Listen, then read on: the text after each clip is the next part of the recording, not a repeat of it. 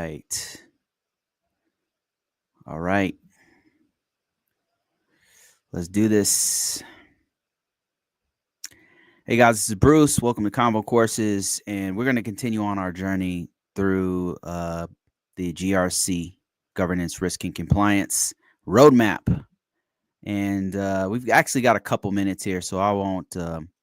I'll give it a couple minutes while I make sure everything is good. Let's see, TikTok's good. Yep, TikTok is going, and we've got like 3 more minutes till the start of this thing. Trying to do these things on time. All right, so we've got everything up and running right now, looks like.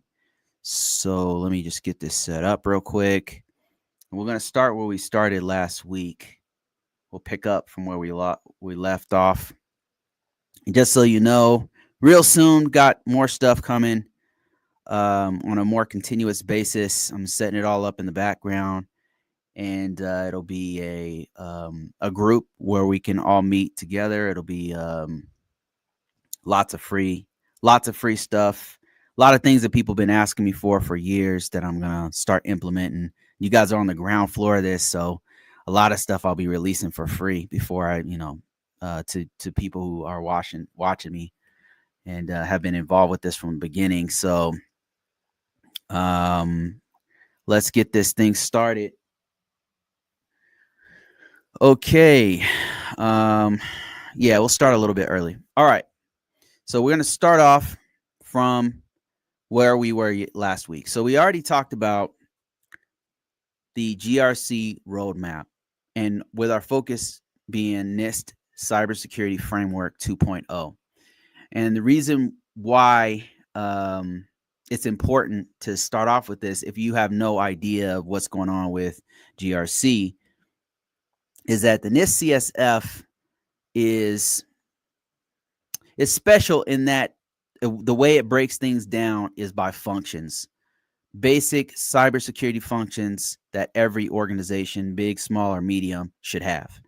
And if you're trying to align yourself with governance, risk, and compliance, this is a great place to start, because the way it breaks things up and the way it's very versatile, it can fit in almost any industry. So that's what makes it special, and that's why I wanted to focus on this. So we already talked about kind of the why of the GRC roadmap, and then last week we discussed this right here, this little map right here, where we discussed the overview of what NIST CSF is. We talked about the functions. We talked about there's 6 different functions, and those break up into categories and subcategories that are kind of like controls, right? And we already talked about, we kind of listed each one of those functions out: the govern, protect, identify, detect, respond, recover. And we talked about how those break into different categories, subcategories. We talked about profiles from a very high level. And to be honest with you, just knowing this alone is going to make you 99% more knowledgeable on this than most people in the human population, because most people don't know nothing about NIST CSF, even though it's a very, very powerful framework, one of the most powerful frameworks out there, referenced around the world in many different languages and many different countries. It's very, very effective. And so that's what we talked about last week, an overview of this. Now what we're going to do is go a little bit deeper into the govern portion of this. So let's do it. So here we are in the govern function. Govern, you'll see, is right here in this middle ring here. And it's kind of foundational to everything else. Things always come back to govern, because govern is the leadership, the management of everything else, of identifying, protecting, detecting, detection, and everything else that goes with having cybersecurity. That middle ring is what we're getting. It's foundational. And so that's why we're going to talk about it first.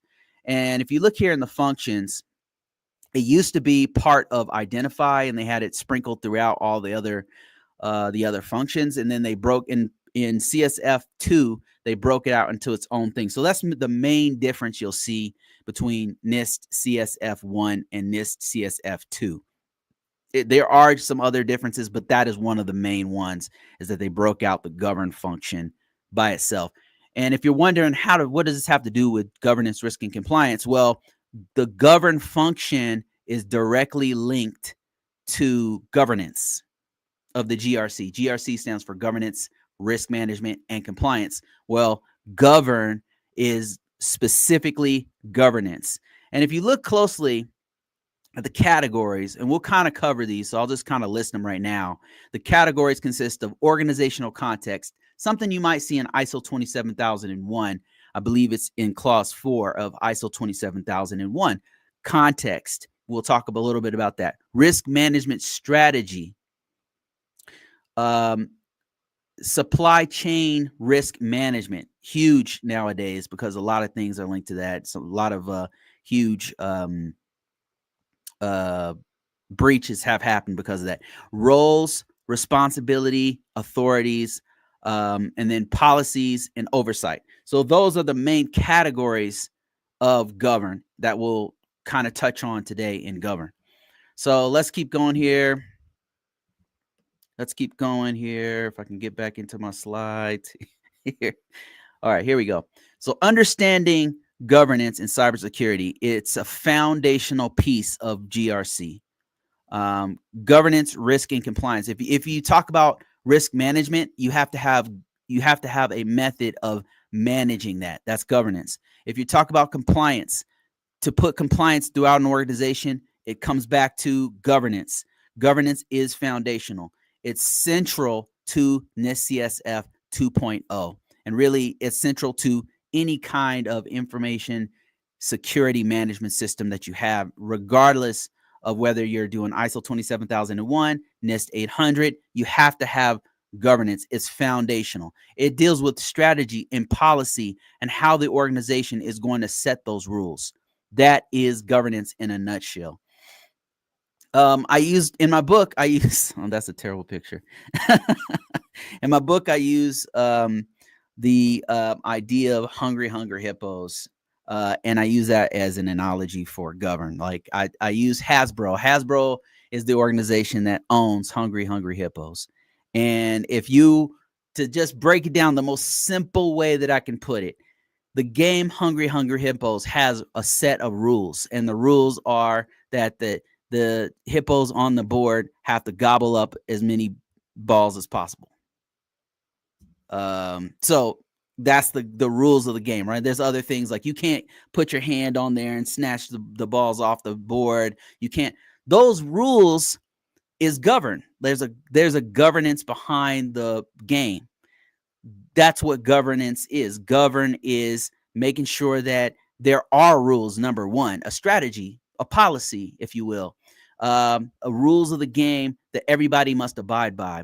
So even when people say, well, we don't, regulations are bad and this and that, think about the rules of a road. That's another analogy I can give you. Rules of the road. I've gone to several different countries.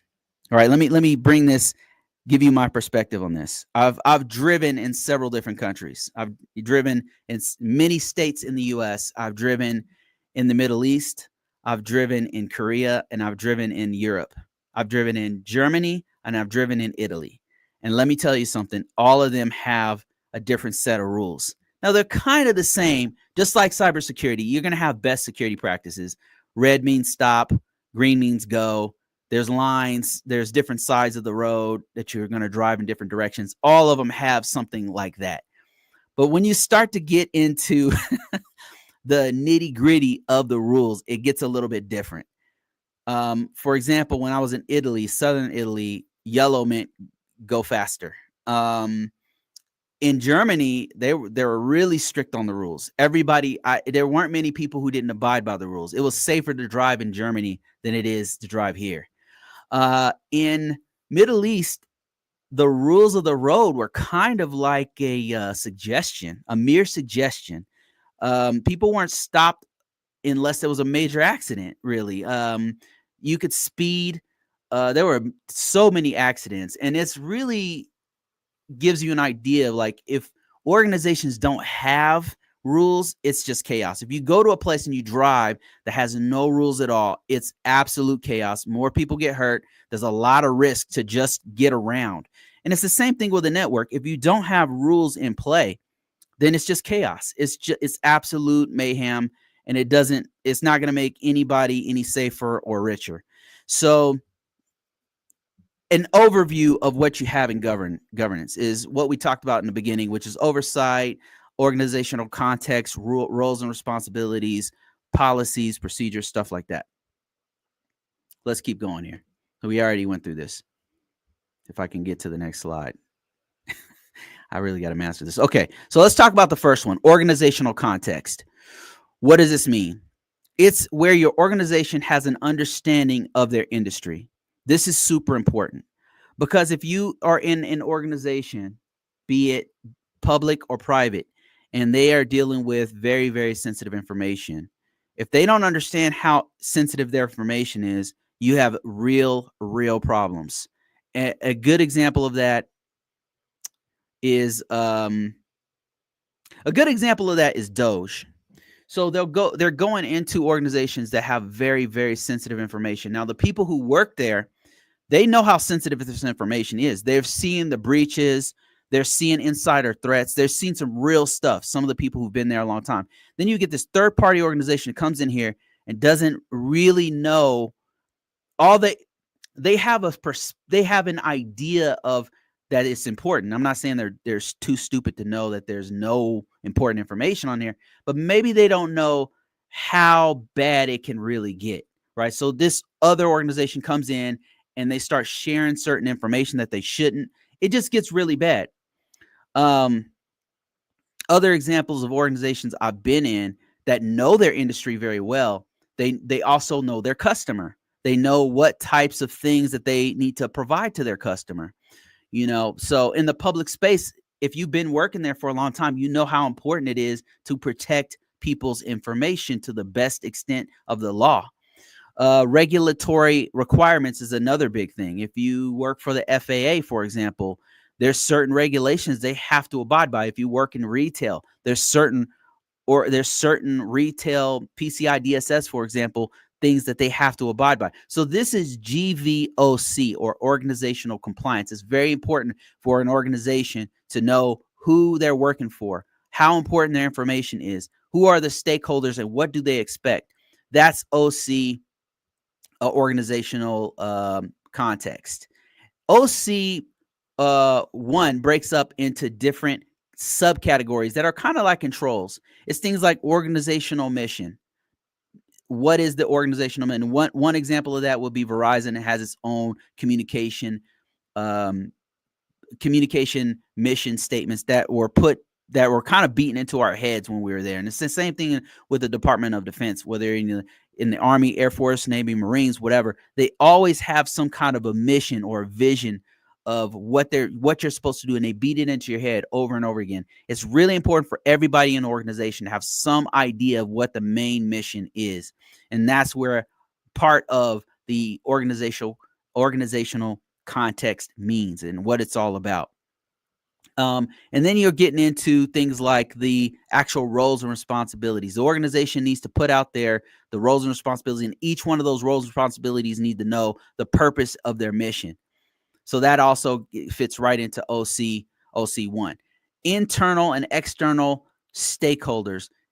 Stakeholder is people who have a responsibility in your organization. So that means internally you've got contractors, you've got full-time employees, you've got CEOs, you've got mid-tier managers, you got all these different people who are involved and have a stake in it. External would be customers, or it'd be external vendors, B2B type vendors, things like that. So stakeholders, identifying the stakeholders, establishing communication with them, and educating them is also part of that first OC-1. Let's go straight to OC-3. This is legal requirements, regulatory requirements. It's really important not only to know the context of what industry your organization is in, but also what are the regulations that that are for us that we have to abide by. Super important. OC-1 is critical objectives and capabilities. What do we need? What is our mission? What are we supposed to do? How are we going to do it? Going into OC5, which is capabilities of our service. And how are we going to map this? We're going to talk about setting the goals for our organization, aligning with business objectives. So these are things you see at a high level. If you are in a management position, if you are in a project manager position, sometimes these things will come up. A program manager position, sometimes you'll be a part of these types of these types of meetings and these types of discussions, because you're seeing the mission or the project from a different perspective. So you'll see it from the eyes of a C-level exec, from the eyes of a manager, and there's kind of some salesy speak in there. From the perspective of somebody who's in the weeds, you just want to fix routers or fix switches or fix the voice over IP or whatever it is, right? So you're not really thinking about the capabilities of service, not in this context. You might think of it in terms like if you're a network engineer, you're thinking about, okay, well, how do we make sure that the quality of the actual data is faster or whatever, but you're not thinking about it from terms of the organization. But as a GRC person, you do have to think about these things, because you'll be sitting in these meetings. You might have to help write a policy, and the policies, the procedures from a high level, the directives, they come from knowing the context of the organ. What regulations do we have to abide by if we're in retail? Who are our stakeholders? Who are our customers? How do we provide specific capabilities and outcomes that are expected of us? Those are kind of some of the discussions that need to be had at the GVOC level, organizational context. So let's get into risk management strategy. One of the most important pieces of this is making sure that us as cybersecurity people, and really anybody, IT professionals, help desk, have the backing of leadership. And if leadership doesn't define how we're going to address certain weaknesses in our organization, that is a huge, huge problem. Because then it's kind of like you're like a chicken with your head cut off. There's going to be weaknesses. There's going to be things that don't fall into let's remediate it now and it's fixed. Most things, as a matter of fact, fall into that category of we can't remediate it immediately in a timely manner. How are we going to address this? And that's where GV.RM comes in, risk management strategy. How are we going to manage our risk as a whole? If something doesn't fit neatly into this box of remediation, how are we going to have a comprehensive strategy to deal with those things? And here are some of the ways that you deal with those. So one is to define the objectives of risk management. Set specific goals, align those with your business, and measure the progress. Have a risk appetite and a tolerance statement, meaning how much risk are we willing to take? We got to clearly articulate, clearly explain, document what level of risk we are willing to take. This is done in a risk management policy, a risk management strategy document, and it will break down things like the low, moderate, and high, and what are we willing to do. I'll give you a specific example. It's better if I just give you a specific example. When I was working in the DoD space, there's certain levels of risk that they were not going to take. Like if we had criticals, it just was a no-go, period. We weren't allowed to have criticals. If something came up on our scanner as a critical, we had to explain what was going on, because maybe it was a false positive, right? Maybe the scanner's telling us that it's a critical, but it's not actually a critical. But that was a no-go. We were not allowed to have criticals in our organization unless we had a very, very good explanation for it. They were not willing to, they would not tolerate that level of risk. So there's certain levels of risk that that organization might not be cool with. They might not be comfortable with that. And so you've got to define that clearly. In our documentation, it would say you were not allowed to have criticals. We're not allowed to have criticals at all. Like, you need to get rid of it.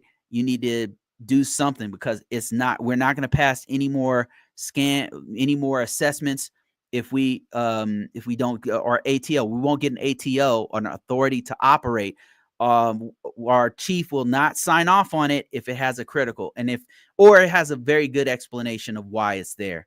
So if you had a really good explanation of why that critical was there, or why we're going to live with that critical, then that might be something that will suffice. But risk appetite and risk tolerance directly addresses that very thing. Like, what level of risk are we willing to take as an organization? That has to be clearly explained and communicated in your organization. So let's keep going here. RM3, this is cybersecurity risk management activities. What are we doing to what are our actions to actually remediate risk from the highest level possible within our organization, right? When we're talking about govern, just remember this. When we talk about govern or governance, we're talking about what's the culture of our company, and how are we going to deal with these issues as an organization. And it's really not just the CEOs. It's not really just the managers. It's the culture of the organization. So that actually involves everyone. Governance, it involves how all of us are going to respond as a culture, as an organization. How are we going to respond to these things? And that's what GVRM is addressing. Cybersecurity risk management activities. What are we going to do to manage these risks properly? And in this example, they're saying integrate ERM, create a unified risk register. That means like having a spreadsheet or some kind of a database where we track all the risks that happen, and we might do that in a enterprise risk management. We have a process to deal with risks. Normally what happens in an organization is you have a database of all risks that happen, right? Any kind of risk that comes up, we have a procedure that we're going to do to take care of it. If we have, say, malware pops up, it's discovered, what are we going to do? We're going to eradicate it. We're going to disconnect the system. We're going to try to contain that, quarantine that malware so that it won't go anywhere else. We're going to, whatever it happens to be. Like, there's certain steps that take place to do incident response to actually handle that particular risk. So we have to have activities that are in place that's across the organization to handle whatever cybersecurity risks that we have. And that's what this one's talking about. GVRM4, strategic direction, risk response. So risk response is, I'll give you a specific example. Risk response is mitigating, remediation of risk, but it can also be a plan of action and milestone, or an activity that we do if we couldn't remediate that particular vulnerability in a timely manner. And put it in plain English, if you have a weakness in your organization, like say Chrome has there's a way that a hacker can exploit Chrome, your browser. And we got to fix our whole organization. We have 1,000 systems, and all 1,000 systems use Chrome, and they're using a weak version of Chrome, a Chrome that can be exploited or can be manipulated and used to where they can steal data or something. What are we going to do? What is our risk response as an organization to take care of that? It doesn't always, sometimes you can't always immediately fix it with a patch, send the patch out and it fixes everything, because it might break something else. So a risk response might include something like, okay, we have an exception to this because we know that this maybe on these 1,000 systems, they're not attached directly to the internet. Maybe they're only attached to the internal network. So we have, instead of our normal 7-day period of fixing that particular patch, we have more time because we know it doesn't go to the internet. So our risk is lower. So you might say, okay, well, we're going to have an action plan to fix it, and we'll fix it in 6 months. And here's our document. We have a documentation that says we're going to fix it in 6 months. Here's who's going to do it. Here's when it's going to happen. And here are the milestones to fix that. This is just one example that you might have. In my experience, every organization has some type of plan of action and milestone, or a document that says, okay, yay, verily, we're going to fix it. Here's who's going to fix it. Here's when they're going to fix it. And we're going to track it every week or every month or whatever. They might not call it a plan of action and milestone. They might call it an action plan or something, but it's part of a risk response. Another one might be acceptance of risk. Acceptance of risk doesn't mean you ignore it. It doesn't mean you're not doing anything. It means you're documenting it, and you're finding other ways to mitigate, to lower the level of that weakness, the level of risk that's involved with that. So those are all risk responses. You want to document that at your organizational level. So let's keep going. And I see you guys. I'm not ignoring you, but I'm going to get through a couple of these governance items. And then next week, just so you know, we're going to address the next function, which will be identified in the cybersecurity risk framework. Okay. So lines of communication, also super important. And aside from just email, you might have a Slack, you might have a Teams, you might have another way of communicating throughout your organization, but Govern covers that piece in the NIST CSF 2.0. A standardized way of categorizing risks. So every organizations do this differently. And what I'm showing you here on the screen is, if you happen to be watching me, is from the CVSS 3.1. And I think they're up to 4 now. But this is a rating, a severity rating that's used throughout the industry to track different levels of risk. So you have informational, which has 0 level of risk. It's just telling you, hey, here's what's going on, all the way up to critical, meaning if somebody exploits this weakness, they can own your admin account and then own your whole network. So a 9 to 10 is pretty bad. But that's not the only severity rating that's out there. You have different ones. Some of them are homegrown, but GV.RM6 is pointing to having a documentation piece, a categorization piece, a calculation, some way of quantifying the level of risk. Really important. You don't have to use this one necessarily. You might have an industry level one that most people use in, say, I don't know, the healthcare sector or something. Most people do use this one though, CVSS. All right. So very quickly, strategic opportunities. We're going to identify positive risks. We're going to balance risk opportunities, integrate strategies. Another one is your roles, responsibilities, and authorities. And this is pretty self-explanatory, but GVRR goes deeply into the stakeholders, who does what and when, roles, responsibilities, and authorities. So the organization has to define those roles, risk, and responsibilities. Your organizational leadership will define the cybersecurity risks. You're going to document those roles. You might have it to where you have to formally acknowledge each role. Like I know that where I work right now, and actually previous jobs as well, we have to formally be appointed by a information system security manager.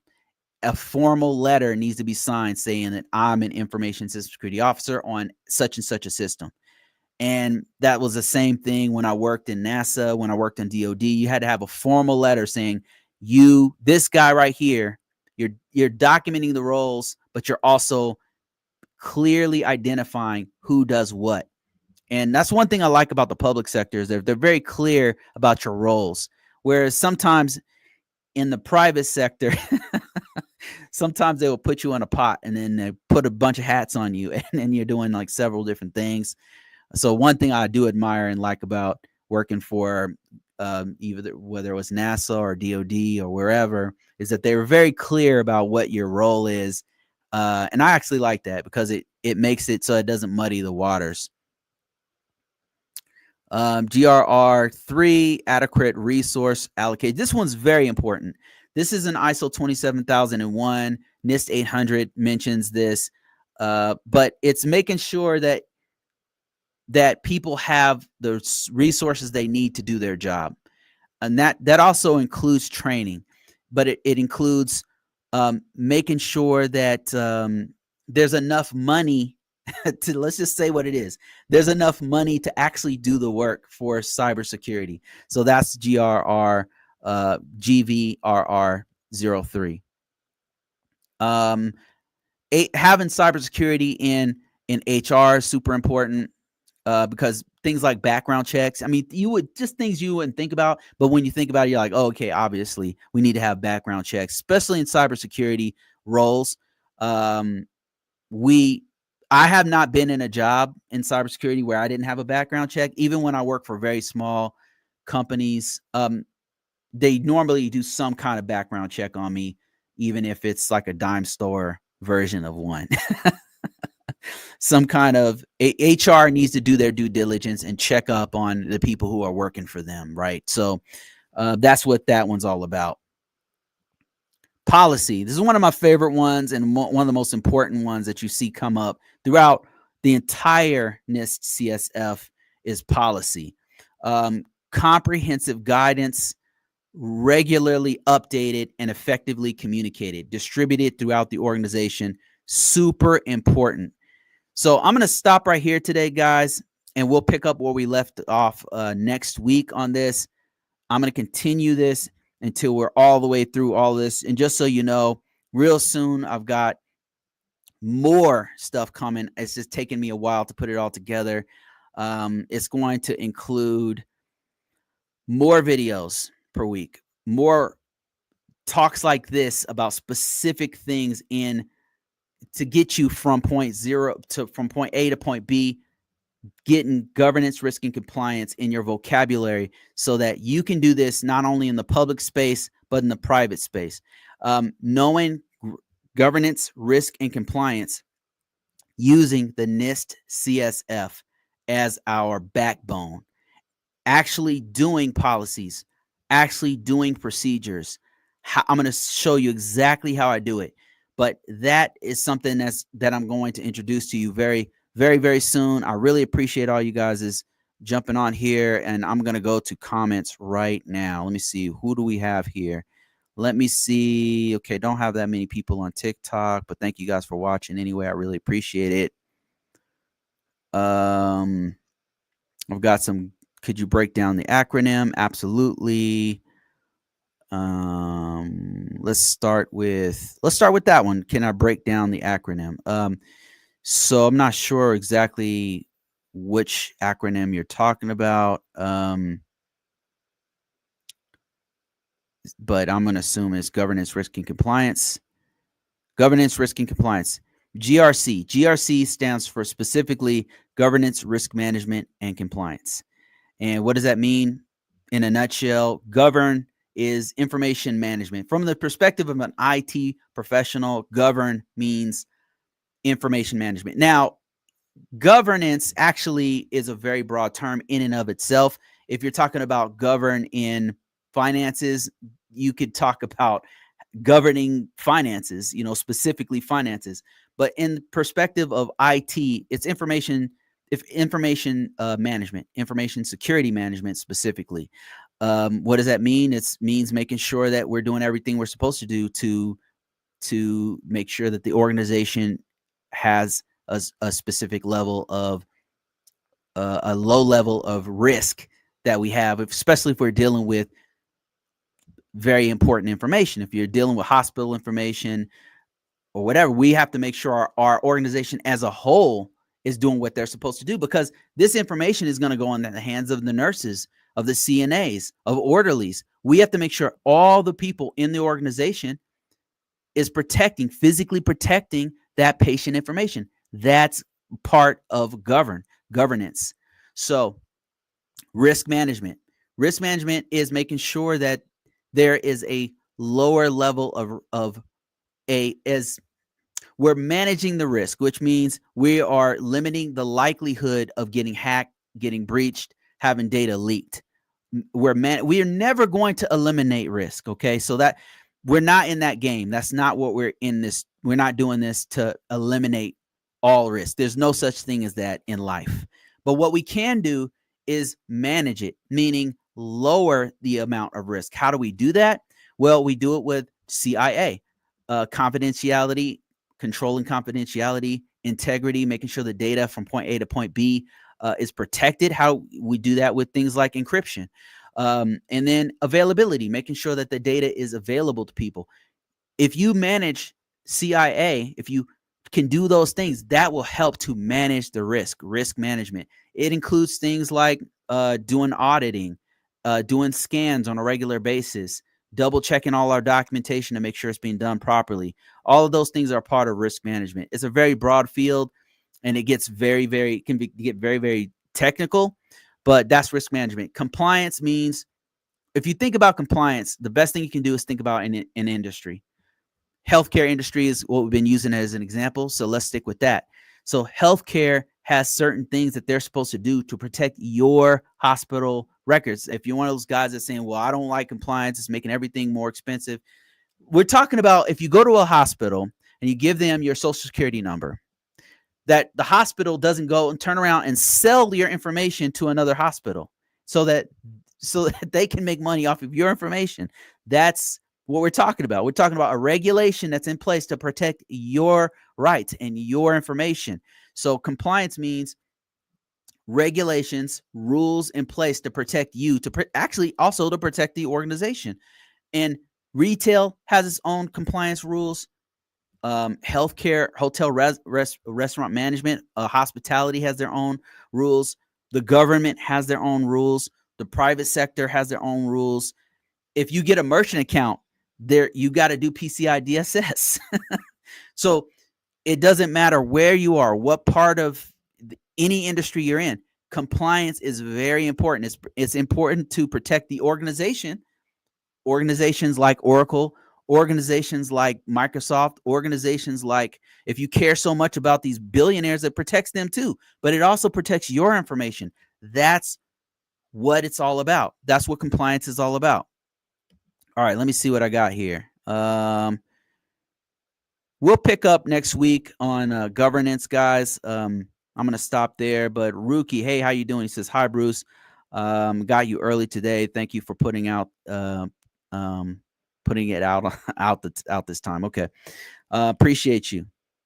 I'll do that more often to alert everybody that I'm going to do this, because I know I've been doing it at random times. So now I think what I'll do is I'll present early to make sure I can get, because I know people you're looking for me at 12 and then I'm starting it at 8 or I'm starting it late or something.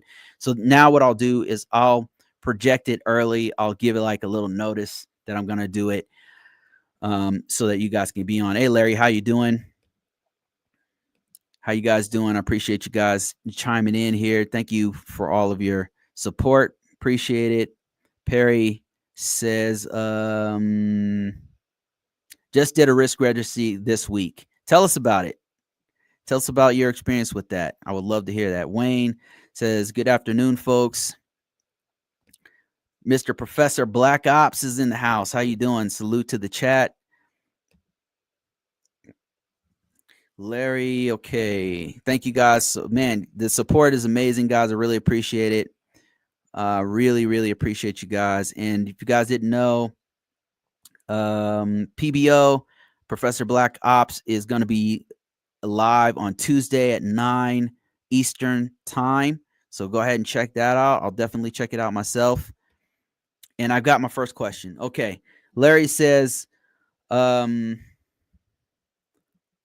see. Company's plan of action and milestone based on CVSS 3.1 or something similar. I could just speak on my own personal experience, Larry, and say that it's the plan of action and milestone is based off of a specific weakness. The weakness doesn't have to be technical. Let me explain. So some weaknesses are physical weaknesses. Let's say you had a building and the locks are out of date, or let's say that the building locks aren't up to code, meaning they're out of date and they should update it because it has a known weakness on that door. A physical weakness isn't, as far as I know, doesn't have its own CVSS score. That's going to be something else. So POAM doesn't always have what I'm trying to get at is it's not a POAM doesn't have to be a technical control that's dealing with, I don't know, Adobe or Microsoft or Red Hat or something, right? It could be a physical control. It can be an environmental control. It can be a personnel. You can have something where the organization doesn't have proper personnel security, and that can be a POAM, a plan of action and milestone, an action plan saying, for those who don't know, to explain the acronyms, a plan of action and milestone is where the organization can't immediately fix, say, a personnel background check issue. It's going to take us writing a new policy, getting more staff, changing our procedure to do that. All of that's going to take 4 months, 4 to 6 months to do all that whole thing. But we have a plan in place with milestones. We have a plan of action with milestones. And here's who's going to implement it. The CISO is going to start it. And they're going to have a weekly meeting where they start to talk about how we're going to do X, Y, and Z. So that could be a plan of action and milestone that does not have a CVSS score. Now, to answer your question, no, a POAM doesn't always have to have a CVSS score. It's the vulnerabilities, technical vulnerabilities usually have a CVSS score. That said, not all technical controls have CVSS scores, because if you have some random open source freeware that for whatever reason your organization allows on your network, it probably won't have a CVSS score assigned to it. CVSS scores are assigned to popular brands or systems and applications that are very widely used or very popular, like a lot of organizations like OpenSSL, for example. It's used so much throughout throughout many different industries that those guys have their own CVSS.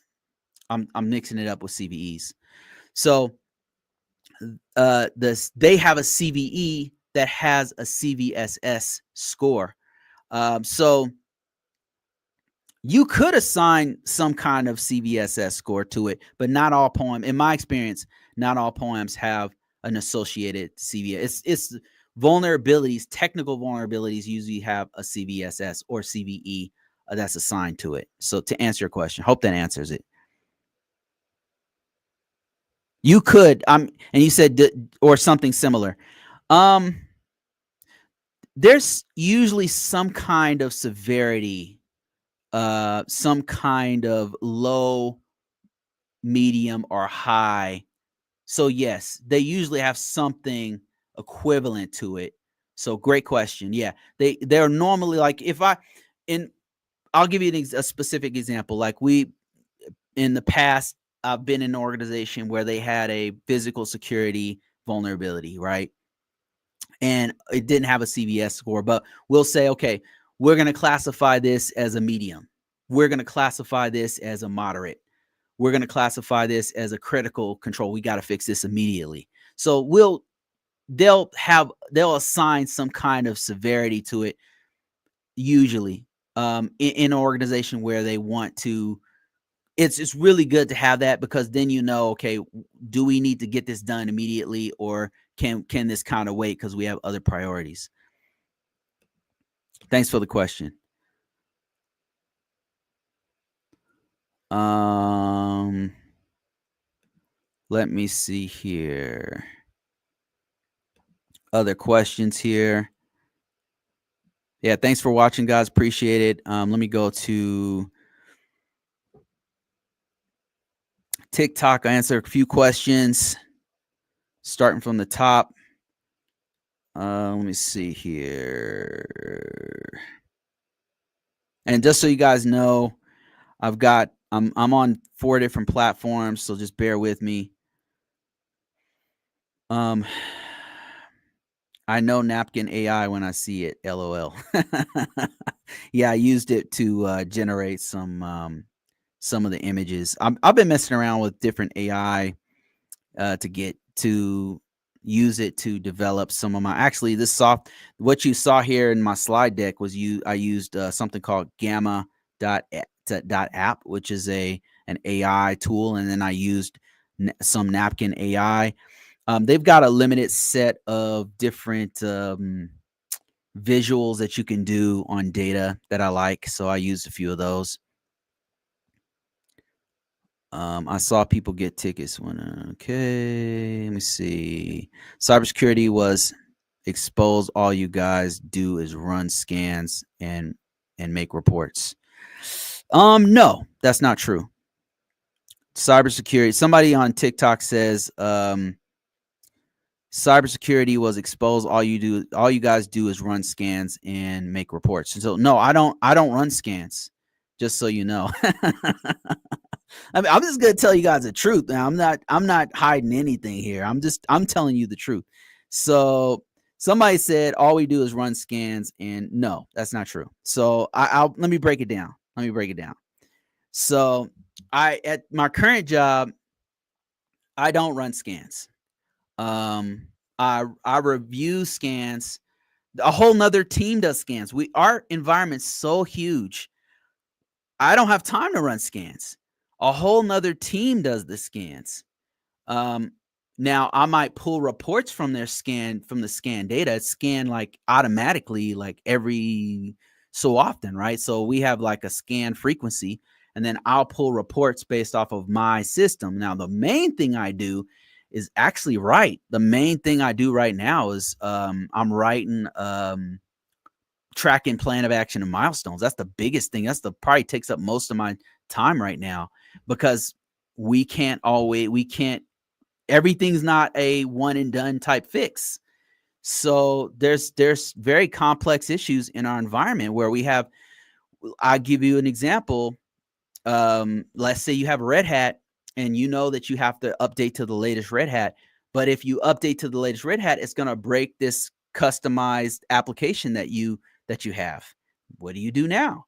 If you have a critical vulnerability on Red Hat, right? I'm off the top of my head giving you an example of the types of stuff we have to deal with. And if you update this critical patch, it breaks several other things. Now what? That's my job. And there you go. Magic. Ta-da. No scanning. My last job, let me see. I was writing policies. That was the main thing I did, policies. The job before that at NASA, I still wasn't running scans. It was a scan team, a vulnerability scan team I had to work with. And mostly I was analyzing vulnerabilities and doing the same stuff I'm doing. The hard part is those little nuances where you don't know what to do. Like off the top of your head, you don't know what to do. Even if you gave the smartest person on earth this issue, they're not going to know what to do immediately. It's like you're given these paradoxes where it's like, okay, we have this vulnerability that's, if we don't fix it right now, it can get hacked at any minute. But if we fix this, it breaks our main business. It's stuff like that. Those are the main things I deal with on a day-to-day basis. I'm not running scans. I'm not I do scan vulnerability. I'm looking at vulnerability. That's a big part of my job is the vulnerabilities come in and we got to interpret what's going on. And it's not always the same fix action. You know what I mean? So it's different fix actions each time. And that's the stuff you got to deal with. Rookie, thank you for that $10. I appreciate you for funding the Liquid Death Fund. Appreciate it. You and Larry. Appreciate you guys. all your support is definitely noticed. And Larry says, will the course you are currently working on be available in full on multiple platforms or just your website? So that's kind of what I'm working through right now, Larry. I'm not sure like how widely available. I'm thinking about doing this one totally different and making it available everywhere, like on Udemy, on my own personal website, and I'm just thinking of doing it totally different. And that's why I'm doing this right now. I'm actually showing you the material I'm going to use on the training. And the reason I'm doing that is because it'll be more involved with that. It'll be me, we're working on stuff together. So, but the Udemy thing, I might put it there, teachable. Maybe I'll try something different this time, because I really want to get this out there, and I want to do something that works for everyone, for all points. All right, let me see if I got any other questions here. And I know I just explained my job, but it really depends on the organization and what issues they have. I mean, if somebody told you that's all we do, then they have not been working. They have not been doing this very long. Let me see. I got another one. Public companies. This is the first time I'm reading these, so bear with me. Some of them are the way they're written. It's hard for me to. Tito next door says public companies is where public companies is where it is, where it's at. Been working with SOX for several years, and it's fun. Oh, that's awesome, man. I would love to hear from you. I would love to hear more about Sarbanes-Oxley. That's one I have had a lot of exposure to. Man, I hate compliance. Security consulting is peak. Security and compliance people hate to see us coming. Yeah, man. There's a lot of animosity towards IT people and compliance, for sure. There's a lot of animosity. As I've been in this field for some time, it's given me a better perspective. I tend to side with the IT people, the people in the weeds. And if they don't want me to do my job, that's a different story. But if they're willing to work with me, normally I feel their pain. So I'm usually on their side, in that I'm like, look, we need to get this done. Let's see how we can do it. And I'm trying to find a middle ground. That's another big part of my job is speaking the language of the technical guys, and then going ahead and speaking the language of the people who are not so technical. That's a big part of what I do.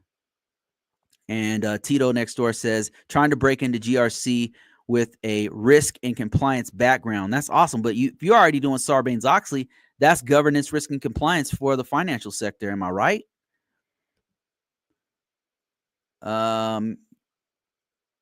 Is Udemy worth it? Please, is worth it to start up? Yeah, Udemy. I use Udemy all the time. You mean Udemy?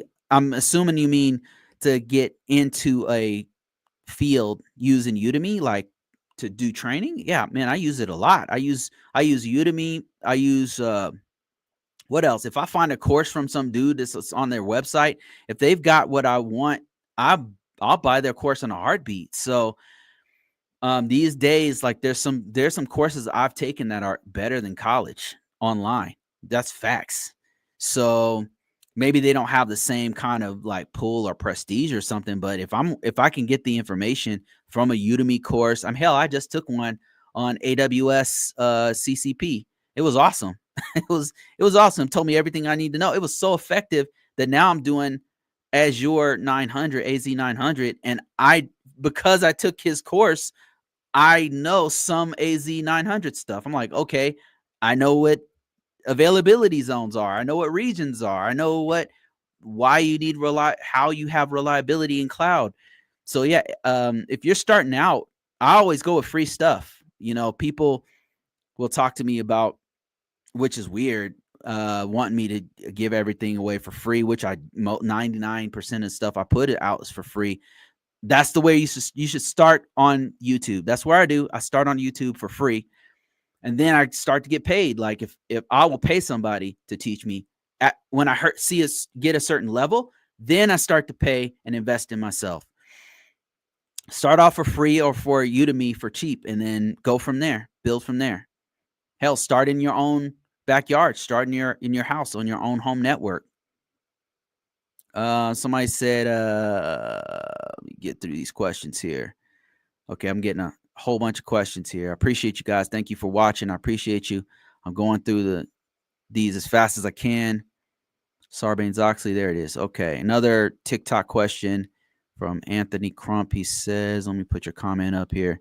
Says, I have my IT help desk certifications, and I have a few certifications in cybersecurity, but I don't. And then your message cuts off. I don't know how to update my resume so I can get a job in cybersecurity. Okay, let me show you how live. All right, this is my favorite thing to do right here because it's so easy. This is such a huge win to show people how to do this. All right, so number one, what they're looking for is that, let me show you. So everybody thinks that cybersecurity is just hacking or some shit, and it's not. It's not just hacking. You don't have to even be super technical, but what you do need to know is basic best security practices. And this is CV. This is one of many places you can go to get the security best practices. And this is really blurry, so just bear with me real quick. I'm trying to get my hands on the actual breakdown of the CVSS. Okay, give me a second here. Give me a second. TikTok's trying to kick me out. There we go. Okay. So what I'm trying to show you guys here is something called the CIS V8. And these are best security practices. And you'll notice things like inventory and control of enterprise assets, inventory and control of software assets. That's a basic inventory. That's if you've ever tracked hardware in your laptops, if you had to track laptops that are being used in your environment, that's what this is. That's what CIS V8 01 and 02 controls are. Tracking the software, tracking the hardware. What tools did you use to do that? Did you have an asset management tool to do that? You need to list that on your resume. Are you using Exonius? Are you using the latest and greatest asset management tool? You need to annotate that on your resume. Another one is data protection. Obviously, encryption of data at rest, data at rest. Did you use BitLocker? Did you use whatever flavor of the day encryption on your network? Did you have your organization use VPN? Did you set up the VPN? What VPN did you use? That needs to be on your resume. Another one is secure configuration and enterprise assets and software. Were you involved with the configuration, the overall configuration of your system? Do you have do you do STIGs? If you're involved in that process, you need to list it. Account management. There's things on here you wouldn't. I mean, you would expect to see access control management, vulnerability management, right? But maybe you wouldn't expect to see something like I don't know, network monitoring. That's a big one. Monitoring, continuous monitoring is a big one. You need to know, you need to annotate these things on your resume. These things need to be on your resume.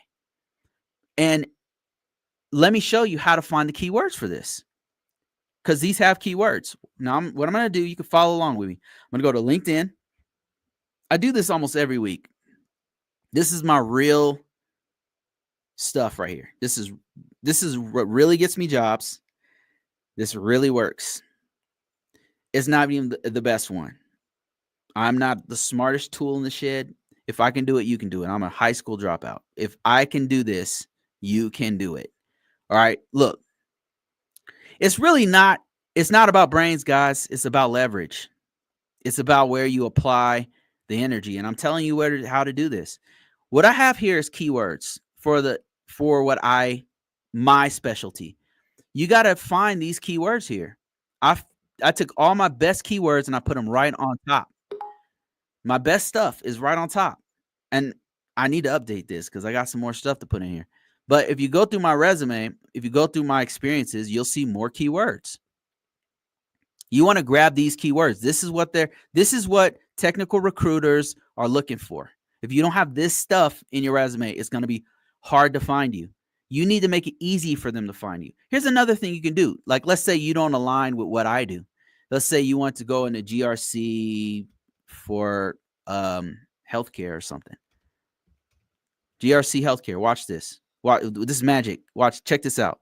So now, what I just typed this in, right? I put I'm in Indeed. I'm in LinkedIn. Sorry, I'm in LinkedIn right now. I typed in GRC healthcare. You can do this for whatever keyword, whatever you're trying to get into. Type that and then go to people. And then what we're gonna do right now is steal. This is called stealing, guys. Check this out. Now look at this. These people here, these are the top MFs in this field. These are the top. But you know why I know? You know how I know that? It's because they came up number 1 in the world on LinkedIn. On planet Earth, these people are the top for this. Now it is there. You got to take into account it's probably looking at my particular algorithm or something. But the thing is, if you type this in, you're going to see some of these people number 1. Now, what do we do with this? We're going to take these number 1 people, and they're going to be our mentors. We're going to take this young lady right here. She's a GRC analyst, and we're going to look at her resume. She is our mentor because she's a badass. Look at what she has. This is why she's a badass. Look at this. Let me show you this. You see this? See what I'm looking at here? What do you see here? These are keywords you need to have on your resume. Steal this. This is it. She has unlocked the keys to your destiny. Look at this. Look at this badass right here. Look at this. This is why she's number 1 right here. She has keywords in here for GRC healthcare. I guarantee you, people from all over the United States who are looking for GRC healthcare people are seeing this young lady right here because she's a badass. That's how you do it. That's how you do it right there. If you look at what I just showed you right there, and I apologize, I didn't have my my screen. I wasn't showing my screen. We can't see. Don't waste time. Okay, let me do it again. All right, I wasn't sharing my screen on YouTube, so let's fix that. Okay, here I am on YouTube. What I did first was I went to my resume first. All right, but let me save some time, and I just typed in. I'm on LinkedIn. You can type in GRC healthcare, but it could be whatever. It could be Sarbanes-Oxley. It could be I don't know. Pick your poison. It could be you want to be a SOC analyst. You want to be a pen tester. Whatever, right? Put it in here. Then search for people because you don't have to search for people. You can be posts. It could be products. It could be jobs. Right? People. That's what you want. Go to people, and then we're gonna look at all of these people. These are all top people.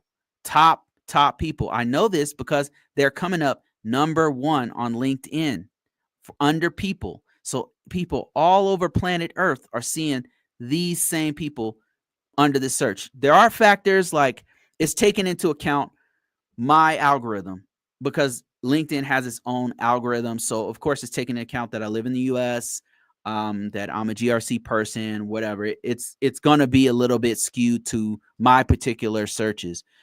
But that said, still people all over the United States are going to see this person. These people are now going to be our mentor because we're going to look at their resume. We're going to take this first one right here, this GRC badass, GRC analyst for healthcare, and we're going to look at her about page.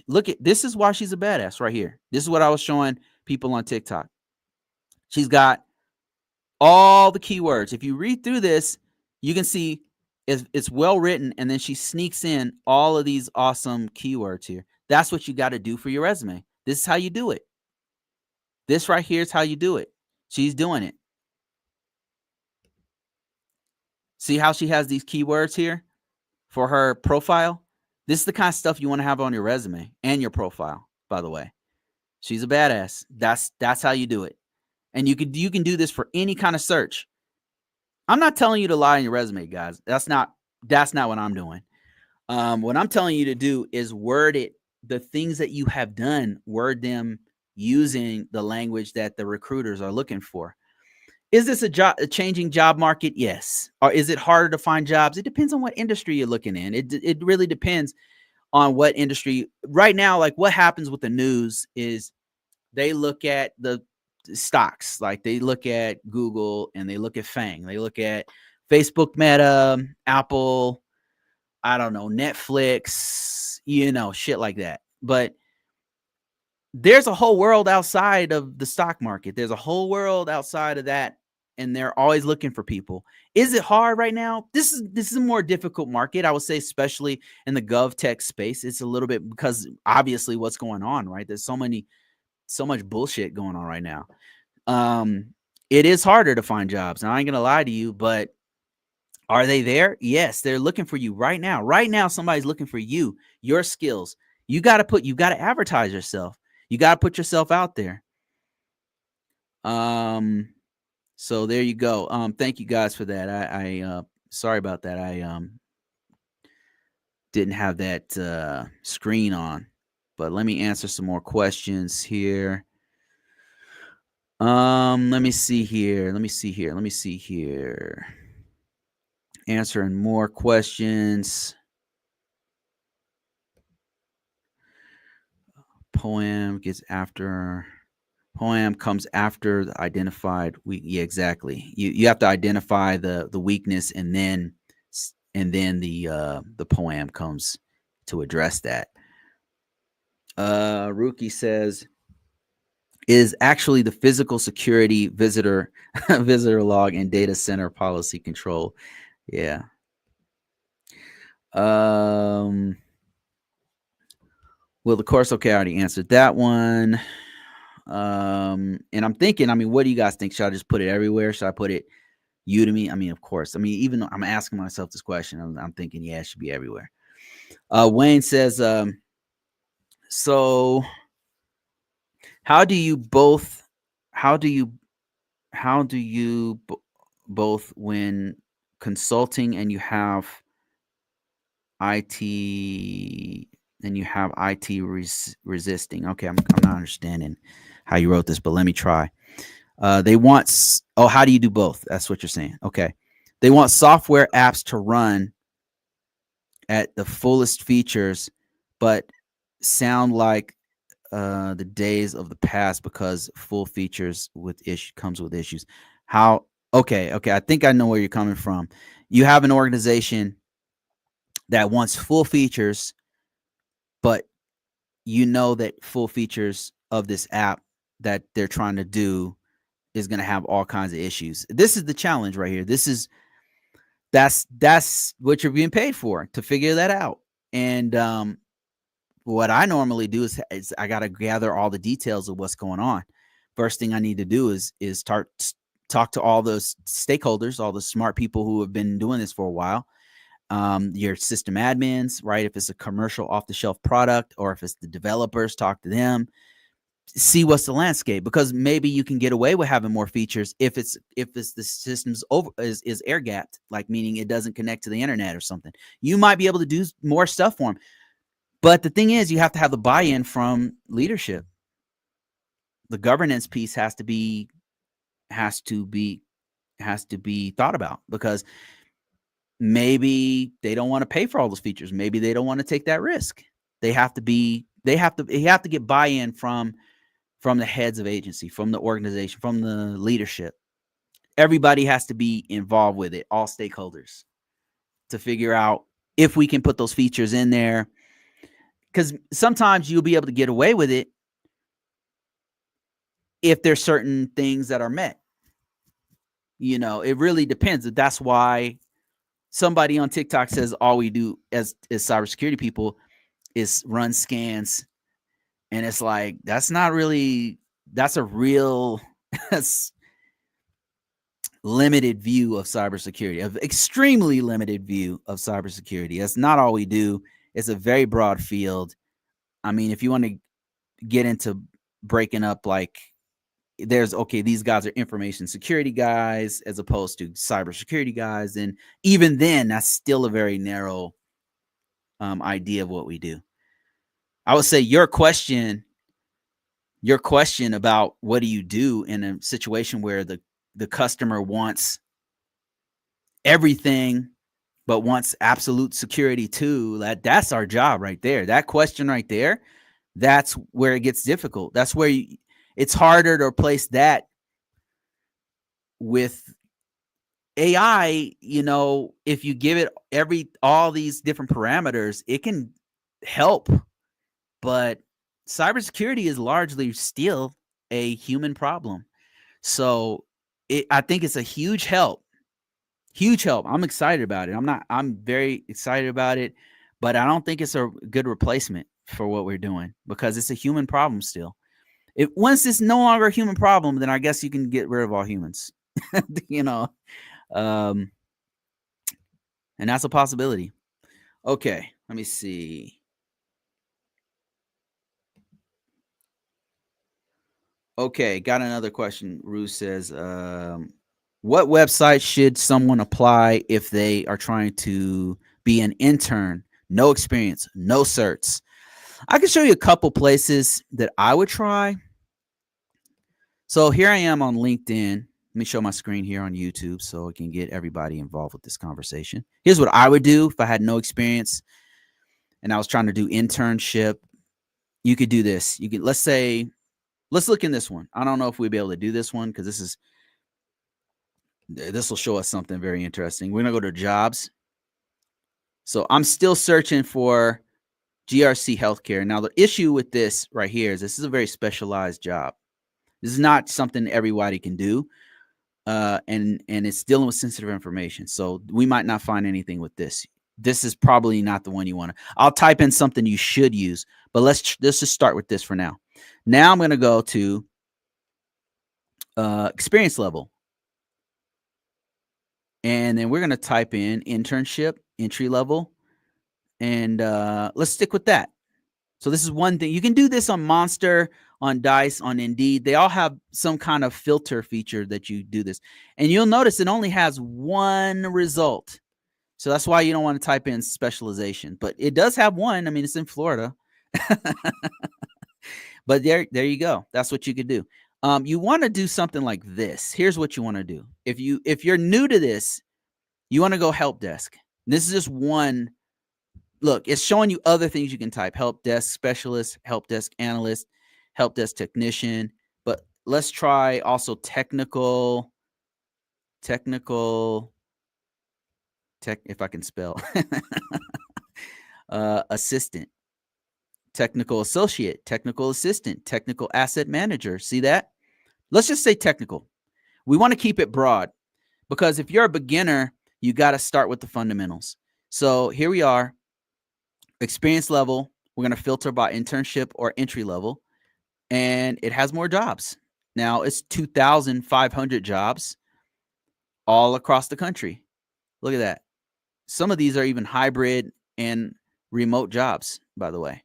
Most of them are going to be on-site jobs, but you can do this same thing I just did on Dice, Monster. Those are the best technical job search sites, by the way. That's why I keep mentioning those. Those are the ones I use on a regular basis. Let's try help desk. You can try help desk. And then, like, once again, we're searching all jobs. There's only 270, which is not very many in the United States. But yeah, here you go again. There are jobs out there. It's going to be local. It's 9 times out of 10 not going to pay a whole bunch of money, but you got to start somewhere. And this is how you get your foot in the door. If you're really trying to get in this field, then that's the kind of mentality you want to have. Listen, I really want to get my foot in the door. This is serious. If you want to be a doctor, you don't go straight into the emergency room and start operating on brains, right? You have to start from the beginning. So, that's how it works. Let me see here.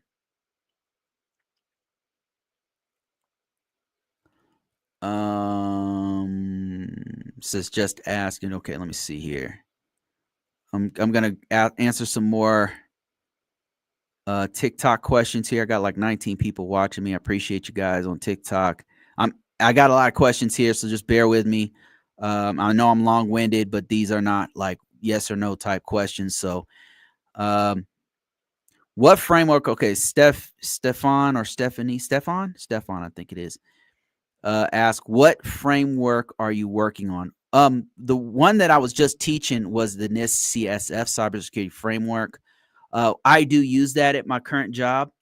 We use it to help to evaluate the priorities of certain vulnerabilities we have. But in the previous jobs I've worked, we also used it to map other frameworks. The main one I'm using right now is NIST 800, NIST Risk Management 800, 837, 853 are the main ones that I use at my current job, and the main one I've used at my last 2 or 3 jobs. That said, I have had exposure to PCI DSS. We used that one at the last organization I worked at a little bit for certain clients. And then I've also worked on with SOC, FedRAMP, which is basically NIST 853. And then some other ones have come up from time to time. HIPAA or something has come up. I don't have a lot. ISO 27001 has come up a couple times and a couple other ones. So main one for me is NIST 800 and NIST CSF, but I do have exposure to some of the other ones. Let me see here. How do I update my resume so I can get a job in cybersecurity? Okay. So I kind of talked about this one, but I can briefly go over this. So what I would do if I were you, if you have any kind of, first of all, let me just tell you, cybersecurity, GRC is specialized. All right. So, meaning it's like, you're not just a doctor, you are a anesthesiologist. You know what I mean? That's probably not a good example. You're not just a doctor, you're a brain doctor, right? It's like a specialization of a field. It's a specialization within a specialization. So if you want to get in, but what you can do, if you have IT experience, what you want to do is you want to look at this right here. This right here is going to give you an idea of what the kind of things you want to put on your resume. Have you done inventory and control, inventory of assets, inventory of software? And that's what I mean by that is what's the skills you have to do that? What's your experience level with it? What tool did you use to do this? Those need to be on there. Data protection, account management, access control man. What tools did you use to do this, and what did you do to do audit log management? What did you do in these things? These are all best security practices. This is coming from the CIS V8. But if you can do these right here, this is what they're looking for. This is what recruiters are looking for. And what I would do if I were you, if you are already in help desk, if you are just trying to transition to cybersecurity, you can do this. Cybersecurity, do like this right here. And let's get rid of this. Let's get rid of these 2 filters here because we want to broaden it out and look for jobs. And check this out. This might be a little too broad, but let's look anyway. Level 2 technician. What we're doing here is looking at the individual. What we're doing here is looking at the actual job requirements of these positions, and it's not scrolling for some reason. I don't know why, but let's go to this next one. I was a director. We don't want that one. We want payroll coordinator. No. Payroll. This is really, really broad. Okay, I'm not going to use this one. I'm going to say cybersecurity analyst. Let's do search. All right. So search the job you want. All right. Cybersecurity analyst is what I chose. Now let's go to this one. And now what I want to do is look at the job description. The job description is going to give you an idea of what organizations are looking for. The description is what you want to pay attention to figure out what to put on your resume. Another thing you want to do is look at people. This is going to be one of the greatest tells. You go through their profiles. The top people are going to be their top 20 people are going to be some of the best stuff that you can get. It's telling you what certifications they have. It's telling you what kind of frameworks they're using. It's telling you what kind of language they use on their profile. Really, really good stuff that's going to help you to identify what you should put on your resume. You can also download my resume. It's still free. If you go to ConvoCourses.com, look for free stuff, look for my resume. It's downloadable, and it'll have an ATS style resume that has an example of, I'm not telling you to copy and paste my resume. What I want you to do is look through how I'm wording things. Look how it's not even a great resume, but it's getting me jobs to this day for 7 years straight. I got to be doing something right. And now it's free. Anyway, Larry, thank you for that $20. I appreciate you. He said, here's Doge again. Oh, my Lord. I really don't want to talk about it. All right, Larry. Okay. Thank you for the 20, though. He says, I read the Doge approach to government cuts and other changes are directly from their private sector playbook. In your experience, is it advisable to use public sector policy in private sector environments and vice versa? This is something I've been thinking about a lot. And the reason why Doge keeps coming up, Department of Government Efficiency, run quote unquote by Elon Musk, maybe, sort of, kinda, or whatever the hell's going on, without transparency, fake transparency, I should say. I have some feelings about it. Okay, that's why I don't want to talk about it.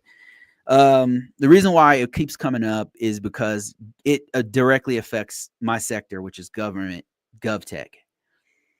I've been doing government for a long time, and to see this happen, this is the first time I've seen anything like this.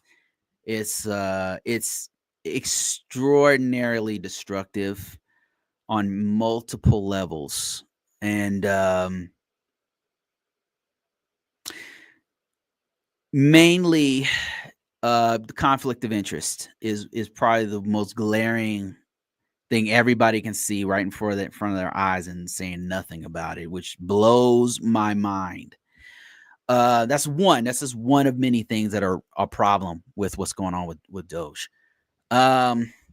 Glaring problems. Kind of like for years they've been telling us what not to do, and then they're now doing it. It's like, what the hell's going on?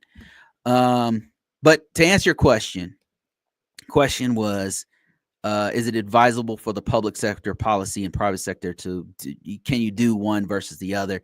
They're cutting jobs. So what Larry is saying is the playbook seems to be what Elon has done at his companies. Taking Twitter as an example. So what he did with Twitter when he bought it, he came in and he immediately cut like half the staff, right? He cut half the staff, and the idea was he wants to make profit to do more with less. It's his private company. He can do whatever the hell he wants, right? He could take the whole infrastructure and run it in Russia. He could make it open source and give all the passwords to China. It's a private company. He can do whatever the hell he wants with it. And if it works, great. If it doesn't, if he wants to blow up rockets over Florida over and over again, it's a private company, right? He can do whatever the hell he wants with a private company. The problem with a public organization is that he's dealing with my information. Now it's different. You're dealing with my stuff. My livelihood is now affected by what you're doing. It's different. The big difference between having worked in public and private sector, in the public sector, the military, intelligence, I don't know, driver's license, right? All of those are public sector. What you're doing is you work for the people. That is who you work for. The tax dollars come in, it pays you to work to help maintain the infrastructure, maintain Social Security, maintain the military, maintain identification, maintain healthcare, whatever have you, right? Like, you're supposed to work for us, the people, not for your personal gain.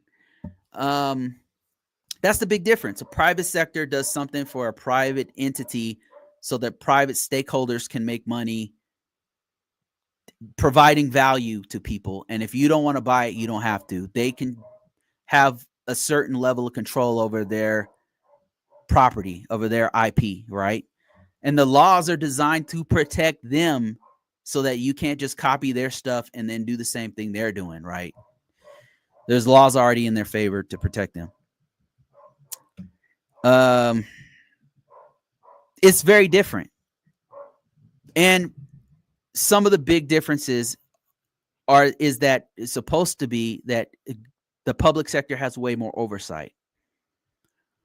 And people from the outside, people who don't see the inner workings of the public sector, they kind of take it for granted. They take us for granted who work for them. They don't deal with the stuff we have to deal with.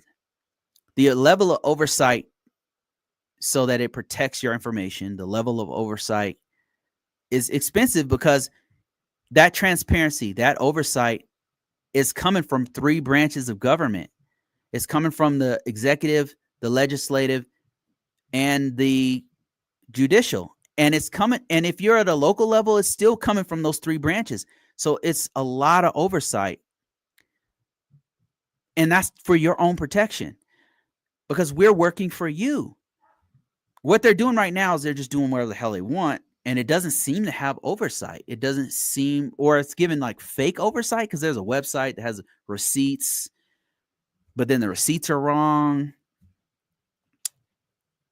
No, you can't. To answer your question, there's certain things that the public sector does that's very different from the private sector. Having worked in both, there's a level of oversight that's absolutely necessary in the public sector because people's lives are at stake. Not just military people doing secret operations and their life is at stake. I'm talking about your life is at stake. Your livelihood, who pays taxes into this system, is at stake. We have to protect your information to the best extent of the law. And that's why transparency is important. That's why representatives vote on certain things to make those things happen locally, at a state level, and at the federal level. All of those things are coming into play to make this all work. And so far, it has worked. Has it been the best? No. Do some things suck? Yes. But private sector don't have to. It's a private entity.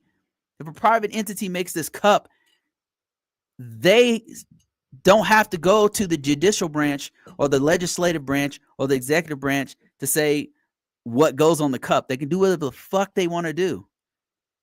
Does that make sense? That's what they're trying to do to the U.S. government. And that's not going to help everybody.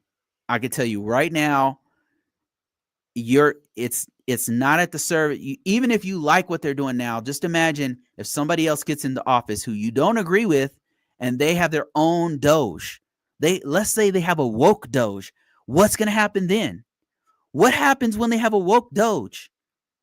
Are you going to like that? Is that going to be cool with you that they just go past the legislative branch and do whatever the hell they want because they feel like it? Okay. Anyway, off my soapbox. I know I'm going to lose a whole bunch of readers for that one. I'm going to be punished for those words. For sure. The punishment is coming. It's going to be swift. Okay. Let me see. More questions on TikTok. Thanks for that question, Larry. Thanks for the $20. I appreciate you.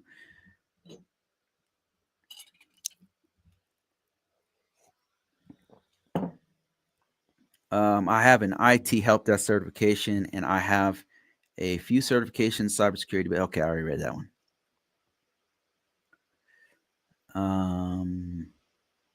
Okay, let me go to the bottom of this. Oh man. Oh man, sorry guys. I'm gonna get some hate for that one. Never have an opinion on these things, man. That doesn't work for everybody. How do you feel about adversary emulation tools? That's not my my expertise, and I know what I believe you're talking about pen testing, things like Kali Linux and those kinds of tools. They're really cool, but that's not what I do, so I can't really speak on it. Not going to pretend to be smart on it because I'm definitely not. Somebody said I have an assignment on upcoming.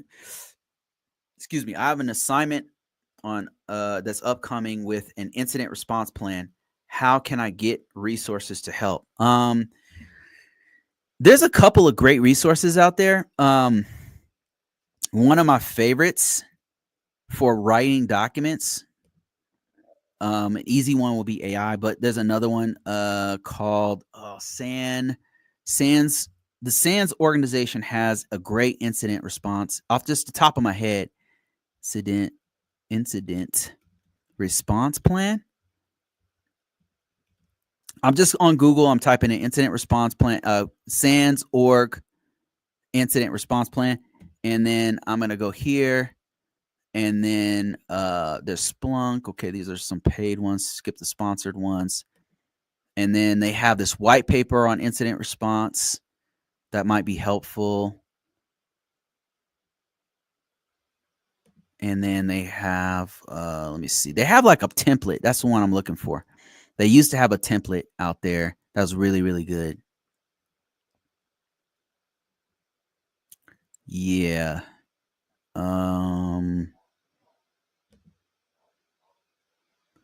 Looks like they've updated it to where I'm not finding it, but there's a bunch of templates. One thing you can do is just find templates. There's one on sans.org.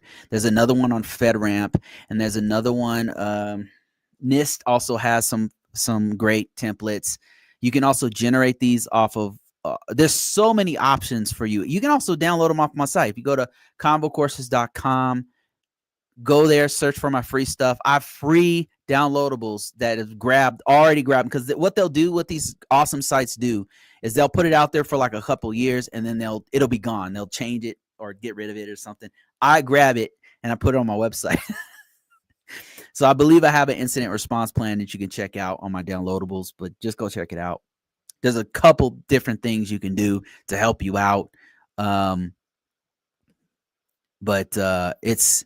you're going to have to take some time to actually massage it to make it look more like your organization's brand. But there's so many different templates out there that'll help you out to get that done. And that's what I would do if I were you. Let me see if I can find a real good example for you to use here. Let me see. Bear with me. Watch this. Let me blow your mind real quick. Here's another thing you can do.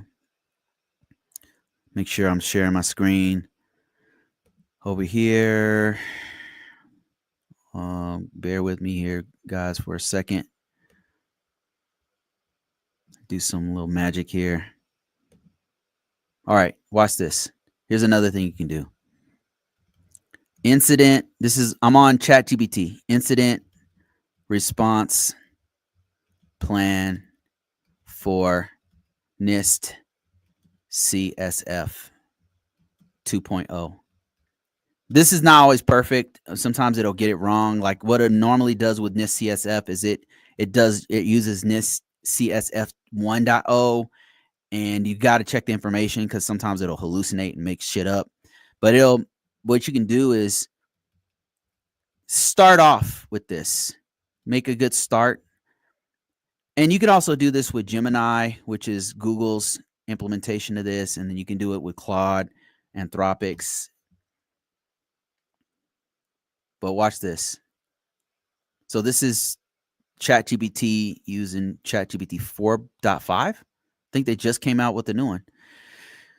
Yeah, so there's the introduction. It has the scope, a purpose, roles, and it looks like it's using CSF 2.0. I mean, I'm not sure if this is accurate. You'd have to read through it. I would definitely read through it. Mine is pretty verbose because I've been using this for my own research. So I've got a bunch of stuff already loaded in here. Maybe that's why it's so accurate. But yeah, there's a template. You could grab this and then post this to Word and then massage that to make it work for you. And that's it. This has all the main things that you would want to see in an incident response plan. You definitely want to check out some of these categories. You'd probably, I don't know if you're using which flavor of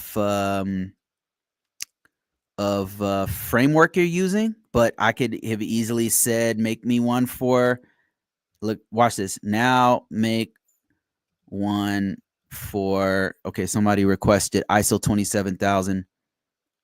ISO 27, ISO, what is that? 27035. Okay, let's try that. ISO 27000. Oh, it's using 2023 version.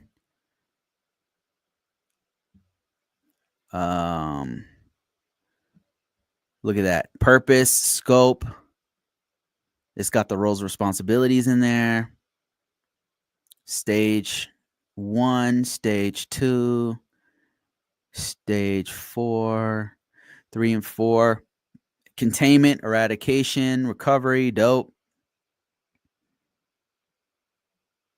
Nice.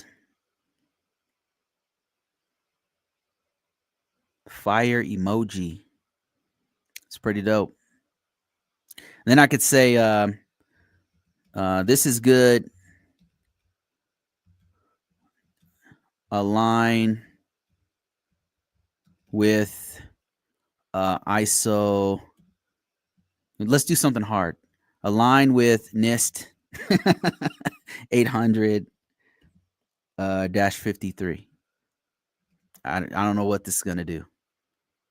Now look, it's aligning it with NIST 853.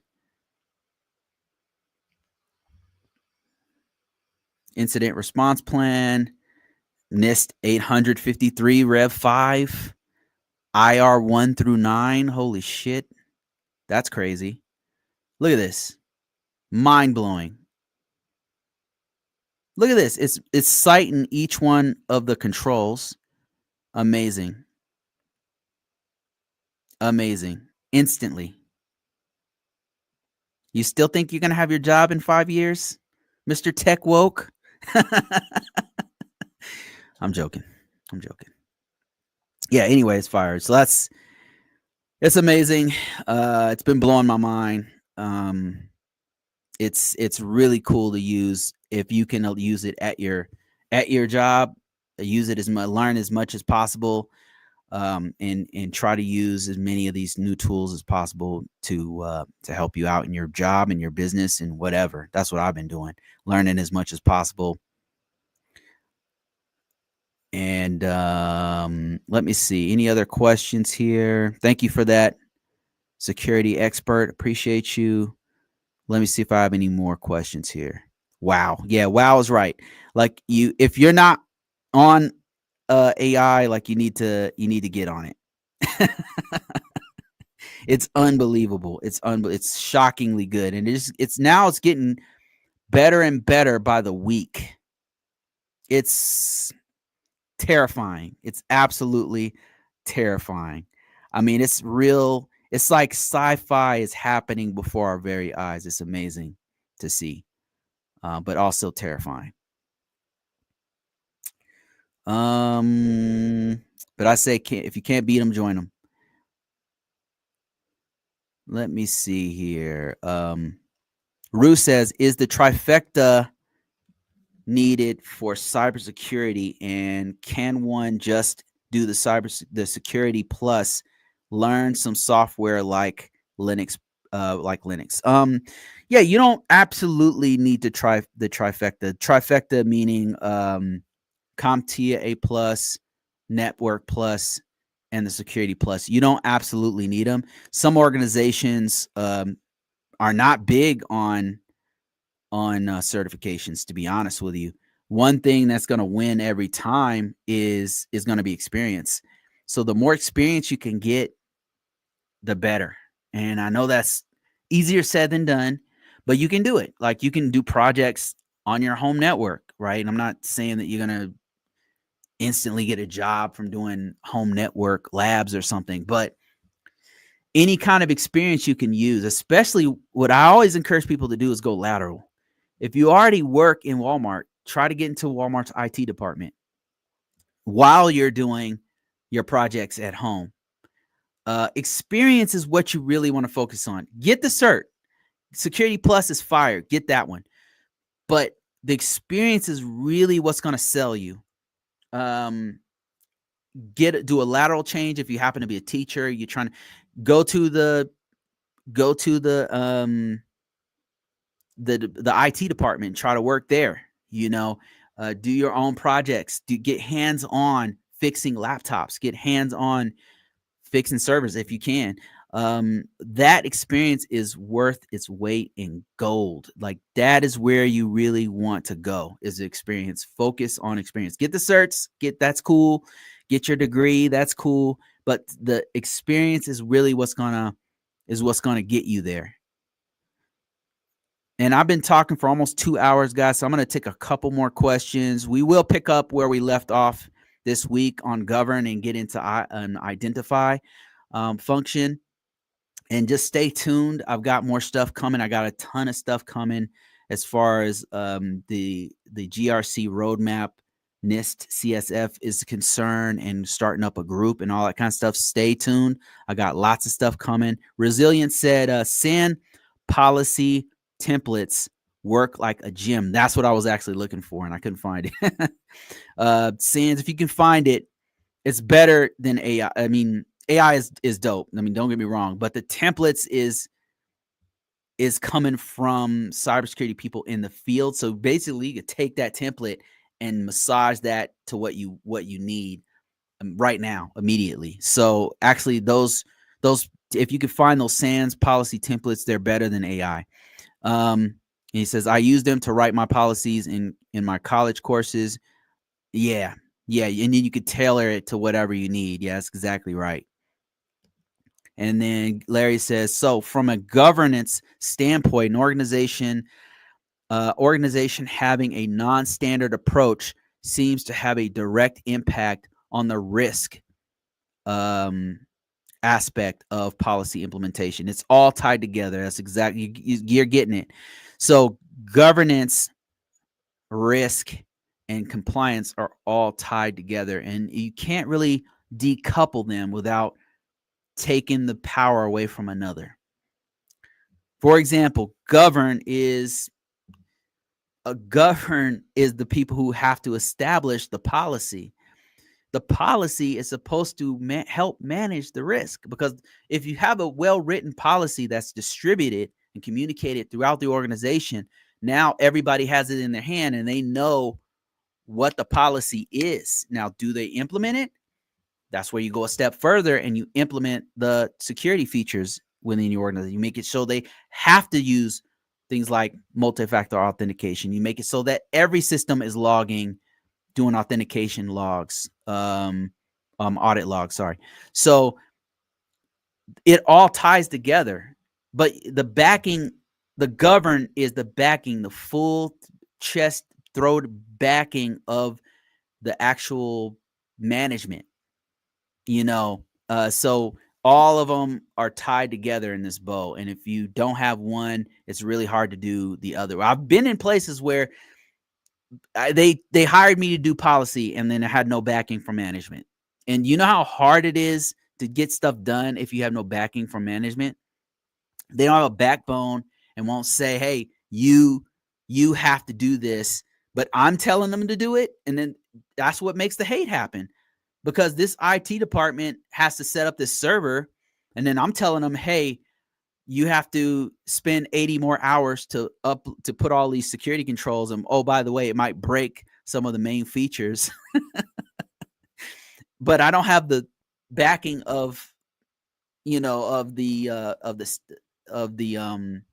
management or CEOs or director or whoever.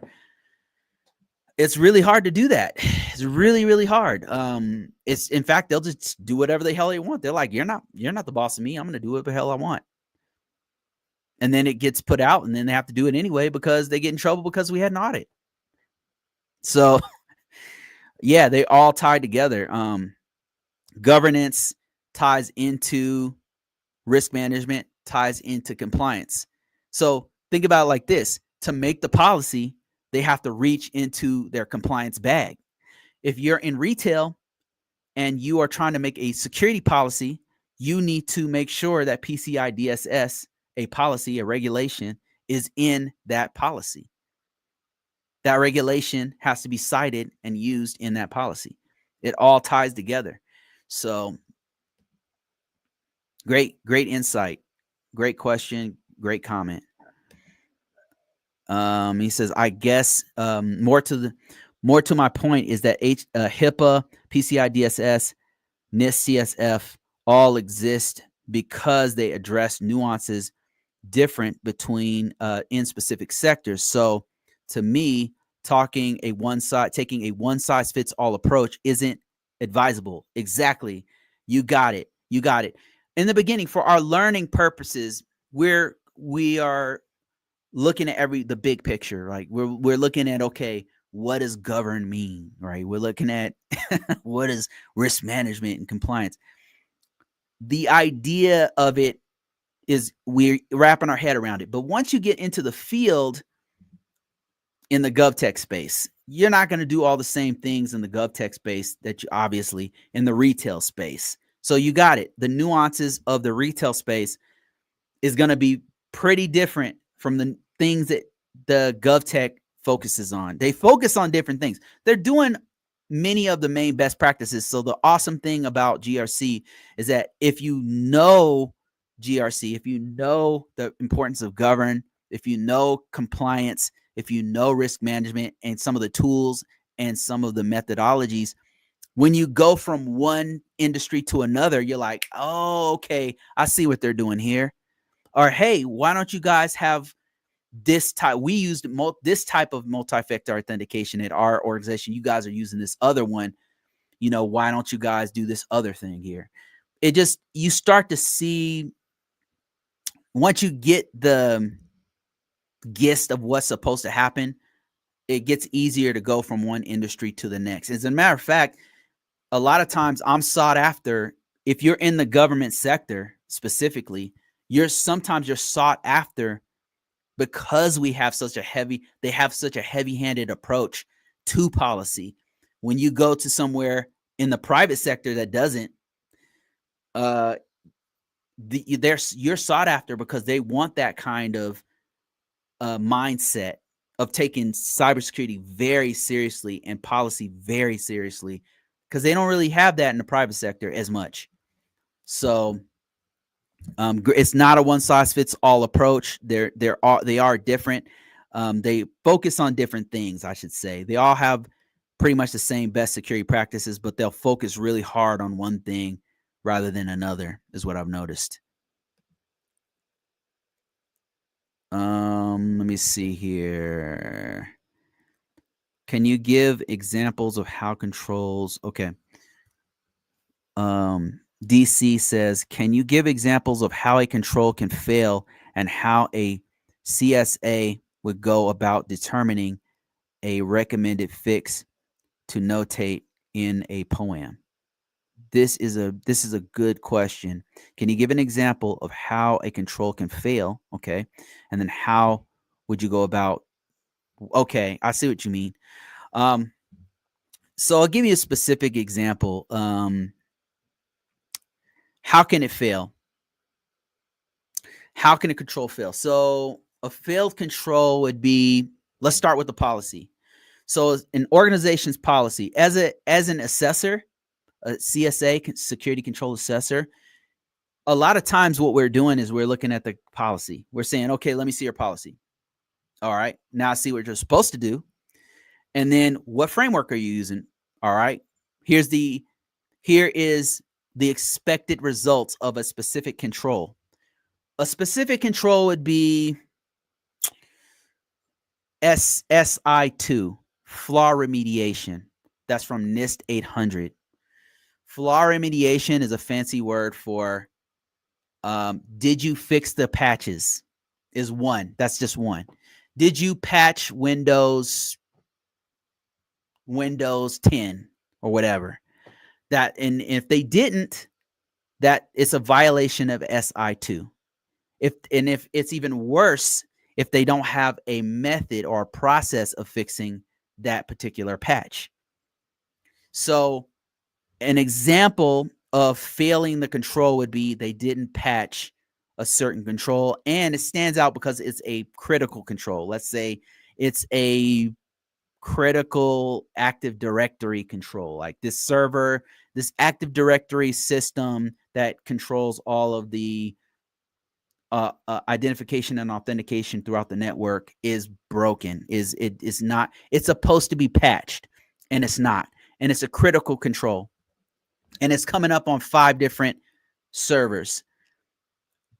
You would run a scan as an assessor, as a security control assessor, and you'd see, I noticed they don't have this patch. It's a critical control. And then you would present that. That would be on your list of things, probably be like number 1. And it would say you failed SI2 on 5 different systems. These servers, it'll have the IP, the host name, the fully qualified host name. It'll have the actual CVE of the failed control. It would have the CVSS of what level of severity. Let's say it was critical. It would have all that information, and then it would have a recommendation on how to fix it. The recommendation would be you need X, Y, and Z patch. That would be an example of a failed control. By no means the only type. There's many hundreds of different types. Like I said, they don't have to be technical. It can be physical controls. It can be operational control, management, all kinds of stuff. But let's stick with this one. So that would be an example of a failed control. It's mapped directly to a specific control in the NIST 853. You could also have the same thing mapped to a CIS control family or a ISO 27000 family. I think it's ISO 27002. They have their own family controls. You could map it to that. The point is you could map it to all these different control sets of controls, right? But let's stick with NIST 853.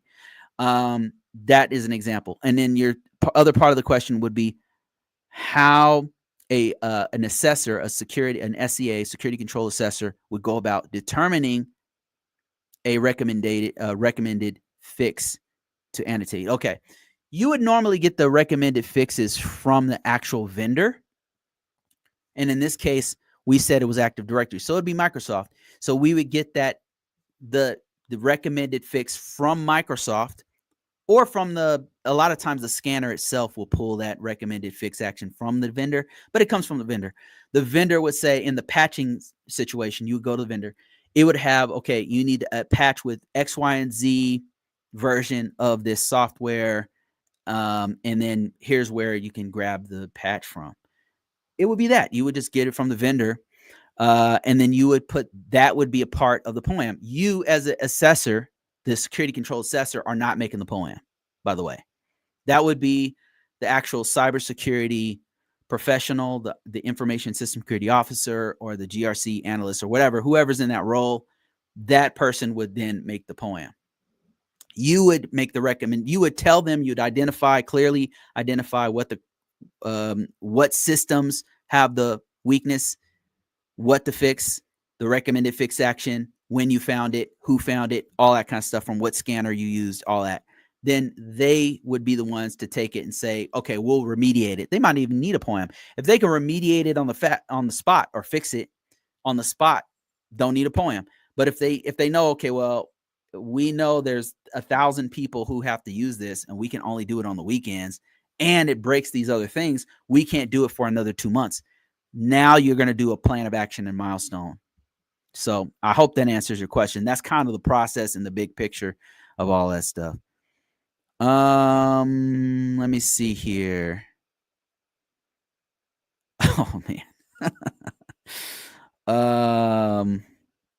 Yep, those entry-level jobs have become exponentially more difficult to get. Yeah. AI has already altered the entry-level tech landscape. You have to show up at the interviews now with a hands-on lab experience and fundamentals application that is difficult to automate. Everything's changing right now. It's the landscape is changing very rapidly. I cannot say how much of this is true or false, but I will say I can see it changing before my very eyes. I just case in point, and I'll present this. I'll show you guys when I have more information. But I started using AI resume, an AI called Use Massive. I know I talked about this on a couple other ones, and I put my stuff out there and it immediately gave me an interview. It says, okay, tell me when you're available for an interview. This is okay, let me explain. I put my resume in there. It found the jobs for me. It applied for the jobs for me. And then it says, here's your interview. It's called usemassive.com. So try that. Yeah, try it. Larry says, thanks for the stream. Sorry, I have to step away for a sensitive topic. Not intentional and don't want to sabotage your stream. Just speaking to my environment. No, I love it, man. I love the conversation. I try to avoid it, but I really want to talk about it, but I know how passionate I am about it. So I know how divisive it is. And I try to come from a place of a solution rather than a problem. And I don't right now with this one with Doge and all the stuff going on. I don't have a solution right now. So hang in there, Larry, man. Thank you for coming, man. Thank you for all your donations. Really appreciate you. Got something special coming to you. Failed control identified by the SCA is in the report, and then the analyst creates the poem if it needs to be. Yes, that's absolutely right. That's right. That's correct. So resilience says the failed controls identified by the SCA, security control assessor, or the auditor, or whatever you want to call them. Then they put it in their report. And then it's the analyst, aka the information system security officer, aka cybersecurity specialist, wherever their role name is. They write the POAM, plan of action and milestone, or action plan. And then if they need to, because sometimes they don't need to, sometimes they could just fix the issue, and then they're done. Okay, let me see if I have any other questions on TikTok. Thank you guys for watching. I got a few people watching me, so thank you so much for your questions. Thanks for the diamonds, for the roses, everything. Really appreciate you. This is why I do it. And let me see. Steve says, let me post your comment here. It says, how difficult is it to get into after retiring from law enforcement digital forensics? So I would ask how long ago you did it, because that's going to be a factor, but you're on the right track. That's really good. And I also come from a law enforcement background, and there's some parallels to IT, cybersecurity, and specifically with law enforcement and physical security. So things like chain of custody, things like physical security is a huge part of it. And then forensics, obviously, digital forensics is its own specialization within cybersecurity. So my first question to you would be, how long ago were you doing it? And then what I would do if I wanted to get back into this world is I would cite all of my experience from the past, and then I would get smart on what they're currently doing in the field. Because I would think that your skill set is still very valuable. For example, like I've been out of cybersecurity analyst work for some time now. I mean, it's been like 6 years, 8 years, something like that. But I'm familiar with it enough to where I could pick it up very quickly. And I know what I'm looking at if I'm looking at logs or something like that. I know that they're using different tools now. Like the tools I was super smart on was ArcSight, the SIEM tool, or the Security Information Event Manager. Now, ArcSight's not even the top 3, top 10. It's not top 20. So now what they're using is like Splunk or whatever. So what I would do now if I wanted to get into that space is I would get smarter on what the current tool is. The current tool is Splunk, and followed by a couple other ones. And I could download Splunk, use it, get very familiar with it, get a cert in it or whatever. And then I would put my resume out there. I would definitely talk about my skills with Splunk after doing a bunch of projects with it and other tools, other current tools that are being used. I would get smart on, I would get myself up to speed on all of the basics of cybersecurity analyst work, like network forensics and I don't know, FTK, whatever the hell they're using these days. I get smart on those. I'd list those as skills, list those tools, and then I would cite all of my past experience, and then I would go for a job in the space. And then when I got in the interview, I would be very frank with them. I'd be like, well, I haven't used it in 6 years. I have used X, Y, and Z recently on projects, but my experience goes back to, the year 2015 or whatever, whatever the case may be. So you could get back into it. I mean, they need people who are skilled. That's the hardest piece about cybersecurity jobs, is that they're looking for people with that background, with the skill set, who are trusted. That's hard to find. It's hard to find it. And that's why we're always behind on, there's always a gap. For the last 7 years, actually, since I've been doing this, there's been a gap because they can't find the people who want to do it or who have the skills to do it or who are trusted. Those things. And you happen to have 2 out of the 3. You're trusted. You've done this for a long time. You have a background in it, and you have the experience. You just need to polish up your skills, and then get yourself back in there. They're looking for people who they can trust. You could also get into something like project manager, get into project manager, and then get back into the space while you're getting smart on all the current things they're using, the current tools they're using.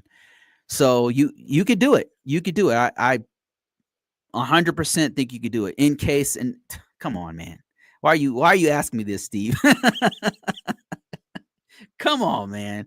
If that's what you can do, then you could put that shit on your resume right now. You'd be back in case and FTK. I mean, are you trying to say you're trying to get into GRC? You could. I mean, you're kind of overqualified, to be honest with you. They probably pay you more to do with in case and FTK. Hey, did you see my comment? Let me see. Sorry about that. Let me see. Started my Security Plus course. Started my Security Plus course on Coursera today. Any tips? Yes. I have some tips. What I would do, Atlanta, is I would get hands-on as much as possible. I don't know. Let me see if you have any other comments here.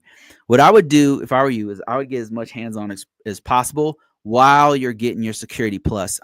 Get your Security Plus, right? Coursera is great. Udemy, great. All those are great. But what you want to do is when they break out, especially if the real good courses have a part where they are walking you through tools. They're having you download a tool, putting it on your network, run scans, or having you, I don't know, set up a network, or they're having you put up a firewall or something. Follow along with them as they're having you do it. I just did this. I'm not telling you nothing I don't currently do myself. I'm trying to get smarter on cloud stuff.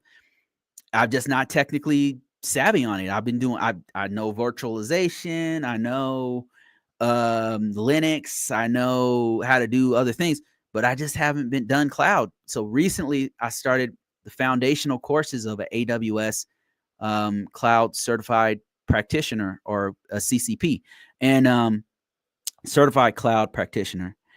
And some of the best stuff I've been doing is actually following along on Udemy, following along with whenever he breaks out okay, sign in here, start up an instance of EC2, start up, follow along with the actual labs, do the actual labs, and that's really going to help you. So Security Plus, no different. When they're doing the labs, follow along with them. If there's something you don't understand, go a little deeper on your own. Like if you don't understand, if they're talking about subnet masking, take time to break that down on your own till you understand it. That's one of the things I would highly recommend you do, because you want hands-on. You want to be comfortable with the technology. You want to be comfortable with command line interface, for example. You want to be comfortable with Linux, whatever they happen to be using. You want to be comfortable with it. So actually get your hands dirty, get in there and actually do the work. And another thing I would say is use whatever method you can for memorization. For me, it's writing things down. When I write it down, I remember it much better. Some people, they have to listen. If that's the case, get yourself an audiobook that's walking you through CompTIA Security Plus, and then start to memorize it that way. Whatever method that your mind picks up information better, use that for memorization. Security Plus is one of my favorite certifications because it's extremely marketable. It covers all the best stuff you need to know, the basic things that you need to know for best practices. It's one of my favorite certifications. And I've so much so that I actually had to take it twice. I took it twice. I took it when it first came out. I mean, showing my age, but it came out a long ass time ago.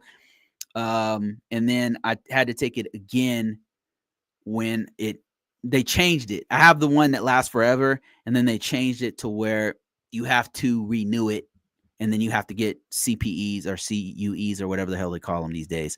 So I've since let it lapse. I haven't kept up with it. But Security Plus was my favorite. I used to actually teach it. All right, guys, I think that's about it. Thank you, Steve. Thank you, Atlanta. Thank you, all the people on here that's watching me on TikTok. I appreciate each and every one of you guys. I apologize if I didn't get to your question. It's not because I don't like you. It's because I just have a lot of stuff going on right now. I've got all these people on YouTube. Thank you, Larry, so much for that $30. Awesome, man. Thank you so much, Rookie, for sending me a donation. Appreciate you. Wayne, all your great questions. Professor Black Ops, thank you.